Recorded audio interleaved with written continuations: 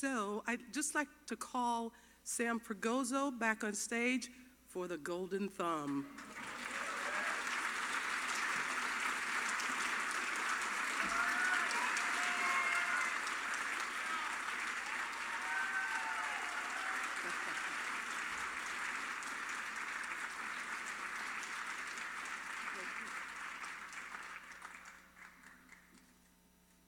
I'm terrible at taking photos.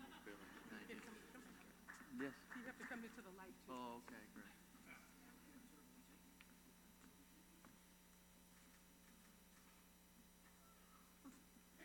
Thank you all so much for watching.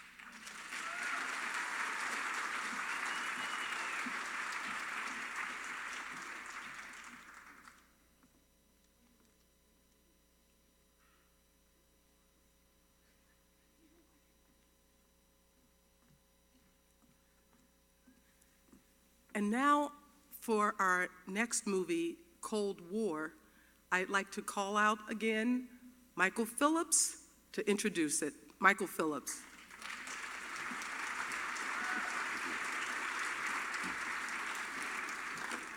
That was a really elegant 3 minutes. I love that.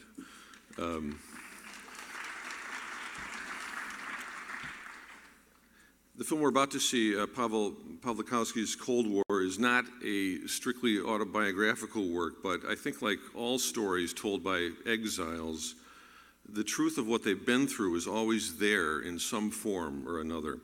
Pawlikowski has acknowledged that a lot of Cold War grew out of his parents' on-again, off-again love story. The director and screenwriter was born in Warsaw in 1957. His father was a doctor. His mother started out as a ballet dancer and then became a professor of English literature.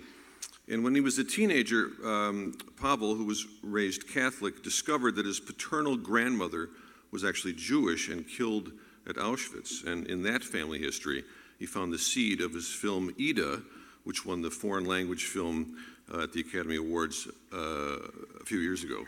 Yeah. When he was 14, his mother left communist Poland for a holiday in England with him, or so he thought. His mother turned out was actually leaving his father and moving to England for a new relationship, in fact, a new marriage. And there, not knowing a word of the language, Pawlikowski became a stranger in a strange land. But his parents were not done with each other.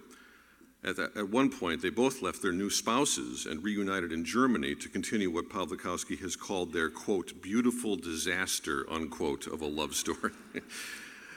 Love that you can't live with or without is really Cold War in a nutshell, and you hear it in the traditional Polish folk song, Dwa Serduszka. I'm going to murder these pronunciations. Dwa Serduszka, which translates to two hearts, four eyes. The lyrics of the song, loosely paraphrased, amount to what a lot of Polish romantic laments talk about. My mother warned me about men like this, but I will love him anyway until I die. Okay?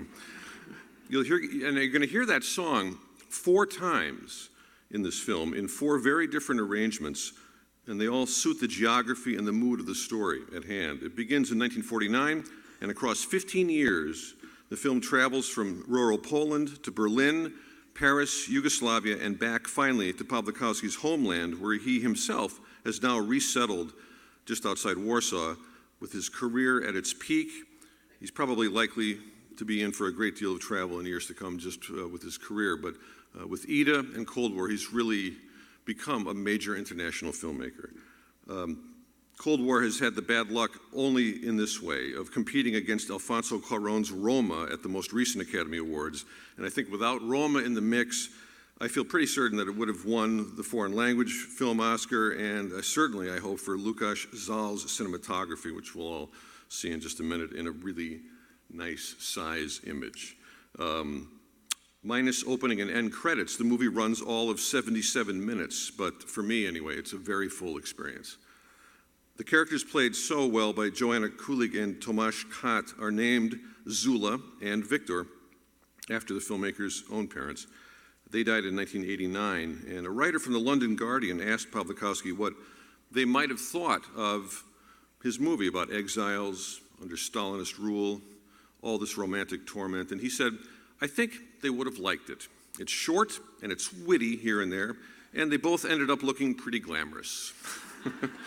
We'll see you after the screening. Thank you.